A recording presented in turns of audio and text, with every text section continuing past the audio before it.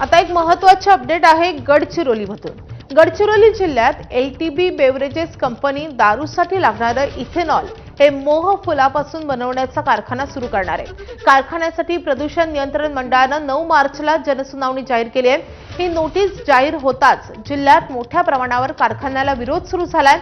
2024 मध्ये या कारखान्यानं गाजावाजा न करता भूमिपूजन आटोपण्यात आलं होतं। त्यावेळी देखील मोठ्या प्रमाणावर विरोध झाला होता। स्वाक्षरी अभियानापासून ते 83,000 सामान्य नागरिकांच्या या कारखान्याच्या विरोधात सह्या गोळा करण्यात आल्या होत्या।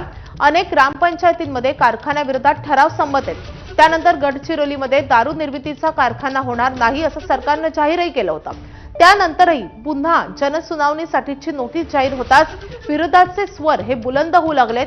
ज्येष्ठ सामाजिक कार्यकर्ते पद्मश्री डॉक्टर अभय बंग हे देखील या कारखान्याच्या विरोधात मैदानात उतरलेत। हा कारखाना आदिवासी विरोधी आणि जनता विरोधी असल्याचं त्यांनी म्हटलंय। ज्येष्ठ सामाजिक कार्यकर्ते आणि पद्मश्री डॉक्टर अभय बंग आपल्यासोबत आहेत। डॉक्टर साहेब, गडचिरोली जिल्ह्यात गेल्या वर्षी आपण एका कारखान्याच्या निर्माण कार्याला विरोध केलेला होता।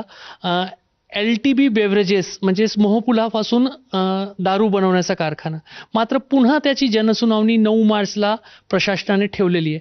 काय भूमिका आपली राहणार आहे?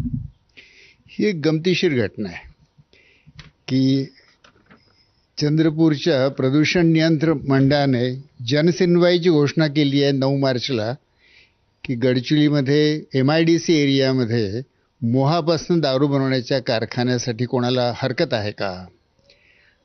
आता गडचिरोलीमध्ये दारूबंदी आहे 33 वर्ष। दारूमुळे आदिवासीचं सगळ्यात जास्त नुकसान होतं असं भारत सरकार आणि महाराष्ट्र सरकारची अधिकृत पॉलिसी आहे। म्हणून आदिवासी भागात दारू दुकान नाही ठेवायचं अशी पॉलिसी आहे। आणि तरी देखील प्रदूषण मंडळ इथे जनसुनवाई घेत आहे। तर ही काय गंमत आहे, काय रहस्य आहे? पण तुम्ही जसं म्हणालात याच्यासाठी काहीतरी आतून हालचाली सुरू असतात। त्यामुळे 1 वर्षापूर्वी याचं अचानक भूमिपूजन झालं या कारखान्याचं, कोणाला पत्ता नसताना। मग जेव्हा लोक जागे झाले, आम्ही जागे झालो, कारण कोणाला पत्ता लागू दिला नव्हता, आणि जिल्ह्यातल्या 85,000 नागरिकांनी सही करून याला हरकत नोंदवली। 300 गावातल्या ग्रामसभांनी प्रस्ताव, आणि हे सगळे त्यावेळी तत्कालीन उपमुख्यमंत्री देवेंद्र फडणवीस त्यांना सगळे देण्यात आलं आणि त्यांनी ताबडतोब हा कारखाना रद्द करण्याची घोषणा केली। विधानसभेत त्यांनी प्रश्नाचं उत्तर देताना सांगितलं की असा कोणताही कारखाना होणार नाही आणि हे रद्द केलं जाईल। त्यानुसार आदेशही काढण्यात आले। तरी आता 1 वर्षाने ह्यानं पुन्हा डोकं वर काढलं आहे। तर गंमत आहे, महाराष्ट्र सरकार विरुद्ध प्रदूषण मंडळ असं तर काही होऊ नाही शकत। प्रदूषण मंडळ काय महाराष्ट्र सरकारच्या विरुद्ध विद्रोह करताय का? मग कोणीतरी हा प्रयत्न करताय की सरकारचा विरोध, लोकांचा विरोध, जनतेचा विरोध, सगळ्यांचा विरोध असूनही इथे कारखाना मोहाफुलापासून दारू बनवण्याचा करायचा।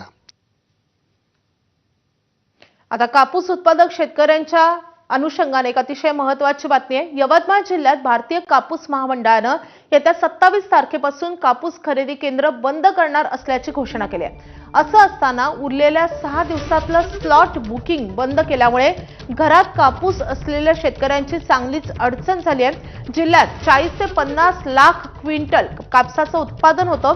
यावर्षी 15 लाख क्विंटल कापसाची खरेदी महामंडळानं केली आहे। अशातच कापसाचे भाव पडल्यामुळे शेतकऱ्यांना खासगी व्यापाऱ्यांकडे कापूस विक्री करावी लागते। आता CCIनं महामंडळानेही खरेदी बंद केल्यामुळे खासगी व्यापाऱ्यांनी दर पाडून खरेदी सुरू केल्यानं हमीदर मिळण्याची शक्यता मावळली आहे। जवळपास 55 ते 60 क्विंटल कापूस मी साठवून ठेवला आहे, जेणेकरून मला 8,508 9,000 ची अपेक्षा होती। परंतु आता CCIचीच खरेदी बंद पडण्याची वेळ आलेली आहे। तरी आता मला कापूस आता प्रायव्हेटमध्ये द्यावा लागणार आहे, एकदम कमी भावाने 74, 75, 76 अशा भावाने ते मागणी करत आहे। आता मला काही कोणती व्यवस्था उरलेली नाही, त्याच्यामुळे आता मला प्रायव्हेट कापूस विकावा लागेल। मुंबईत मराठी माध्यमाच्या शाळांचा प्रश्न ऐरणीवर आलाय।